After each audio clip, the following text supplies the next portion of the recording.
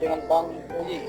Dalam nuansa kita, teman-teman, kali ini saya akan menggambarkan situasi terakhir pemakaman Bung Karno ya, di bulan April ya, tahun 2022.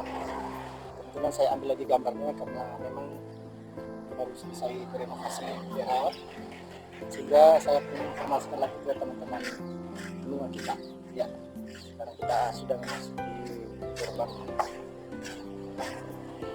koridor pertama, namanya ini Selasar Pahlawan Daerah ya. Ini teman-teman, Selasar Pahlawan Daerah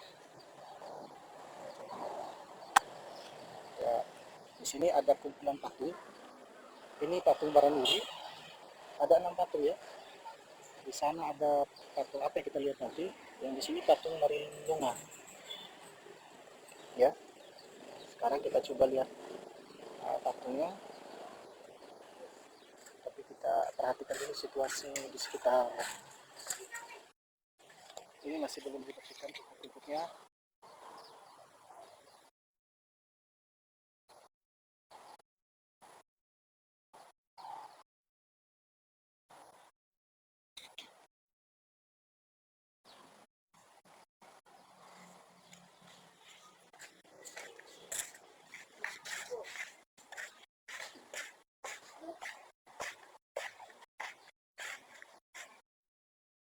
Ini patung pahlawan apa ini?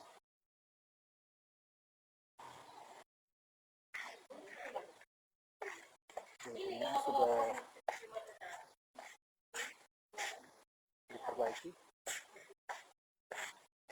Ini nanti kita tanya ya, ini patung dari Sikla kalau tidak salah. Ini dari Sikla ya. Patung pahlawan juga. Ini dindingnya sudah diganti dinding batu alam.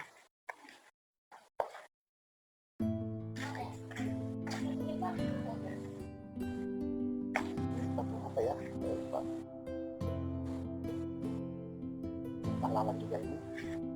Nah, di sana patung yang lama, Baranuri. Ini dua patung lainnya ya. Nah, ini situasi terakhir ya, sudah dikasih dinding batu alam.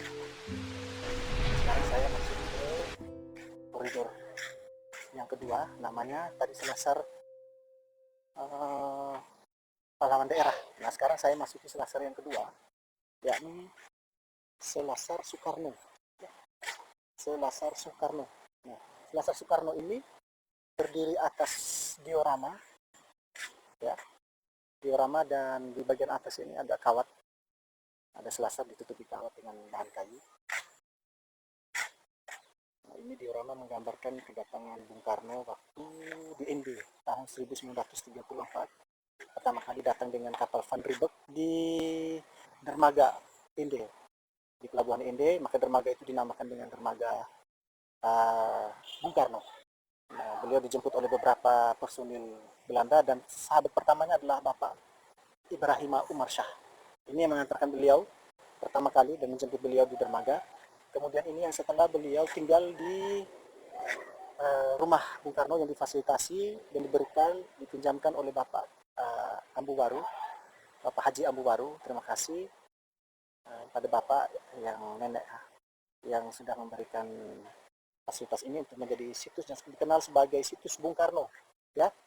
Nah, dulu pengambilan gambar saya yang pertama masih sebatas diorama. Nah, sekarang sudah ditambahin lagi beberapa gambar. Nah, ini adalah gambar onder afdeling of Inde, rumah kantor Belanda. Ini kalau tidak salah kantornya ada di Dinas Pariwisata Kabupaten Inde. Ini tempat Bung Karno pertama kali singgah di kantor Belanda. Nah, dia biasanya menerima gulden. Di kantor pariwisata ini masih ada, teman-teman. Nah, ini diskusi di ruangan Presiden Belanda ya. Bung Karno ketika menghadap pertama kali. Jadi lihat posisi badannya. Nah, beliau tidak duduk sopan menghadap dengan presiden, tetapi beliau duduk menyamping. Tandanya bahwa beliau tidak suka dengan Belanda. Ini ruangan Presiden Belanda, onder afdeling Inde. Kemudian di sini adalah ruangan tempat tidur Bung Karno. Ini lagi dirapikan oleh Ibu Inggit Ganarsi ya, tempat tidur Bapak Bung Karno. Nah, ini tampak dari samping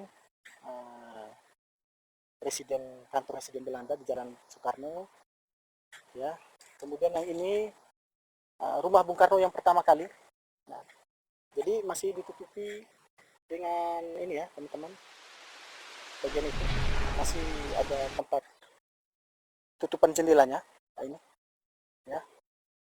Nah, ini sahabat Bung Karno yang meminjamkan gedung Immaculata ketika Bung Karno pertama kali untuk memerankan dramanya bersama sahabat-sahabatnya.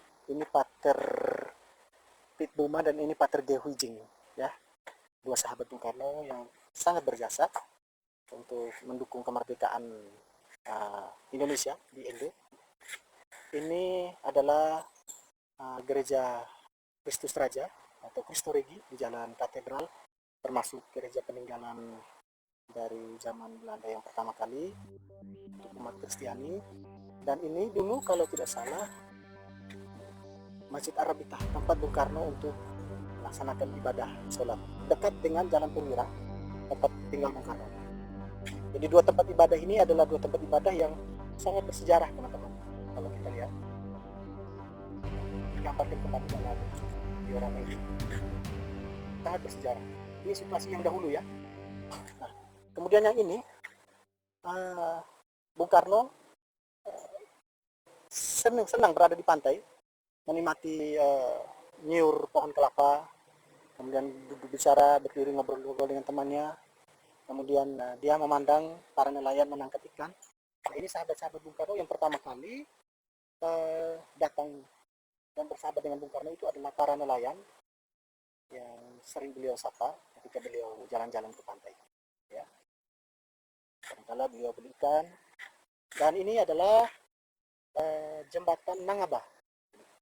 Jembatan Nangaba ini tempat Bung Karno biasanya mandi, ya. Di daerah atas ini teman-teman, sekarang dulu ketinggiannya masih sampai di leher, kurang lebih 170 cm. Bung Karno bersama sahabat-sahabatnya sering mandi di daerah ini, di sebelah kiri jembatan. Airnya sangat dalam ya, sekarang hanya sebatas 1 kaki saja kedalamannya. Nah, jembatan ini Nangaba sudah didirikan sejak zaman Belanda. Ini bapak dengan anaknya lagi memperhatikan jembatan. Nah, yang ini adalah gedung Immaculata, ya, tempat Bung Karno melaksanakan acara drama bersama sahabat-sahabatnya yang dipinjamkan oleh Bapak Pater Ge Huijing dan Bapak Pater Pit Buma. Gedung Immaculata ini adalah gedung yang lama ya, yang lama. Ya. Kemudian yang ini adalah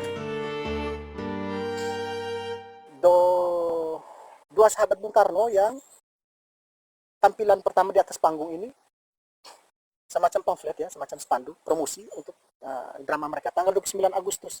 Mungkin di tahun 3435 itu acaranya adalah Dokter Saitan ya, judulnya. 30 Agustus esoknya adalah Kut Kutbi dan tanggal 31 Agustus adalah Aerodinamit. Ini salah satu dari 3 drama dari 12 drama yang dipentaskan oleh Bung Karno ketika di gedung Immaculata. Ya. Nah, kemudian yang ini teman-teman, ini adalah saat-saat kesedihan yang paling mendalam buat Bung Karno, dan di belakang ini adalah Ibu Inggit Ganarsi, dan ini mertua dari Bung Karno, orang tua dari Ibu Inggit Ganarsi adalah Ibu Amsi. Ibu Amsi sejak kedatangan bersama dengan Bung Karno dan Ibu Inggit itu sudah sakit-sakitan, dan kurang lebih tahun 3435 kalau tidak salah Ibu Amsi menghembuskan nafas yang terakhir di Inde, ya. Dan ini merupakan kesedihan yang sangat mendalam. Dan Bung Karno sendiri yang mengantarkan Ibu Amsi ini ke pemakamannya Ibu Amsi ini, dan bersama masyarakat yang ada di sana didoakan. Bung Karno sendiri yang bersama masyarakat yang menguburkan ke dalam liang lahatnya, kemudian menaruh beberapa nisannya. Beliau sendiri yang mengurus kubur ibu mertuanya. Dan ini adalah tempat patung beliau duduk merenung Pancasila, dan disinilah awal mula lahirnya Pancasila di ND, di bawah pohon sukun. Itulah teman-teman secuil kisah sejarah diorama ini, Selasar Bung Karno ini, sejak kedatangan beliau paling ujung di bandara di pelabuhan sampai beliau mendapatkan penghargaan Pancasila yang menjadi dasar hidup negara kemerdekaan yang tercinta. Ya,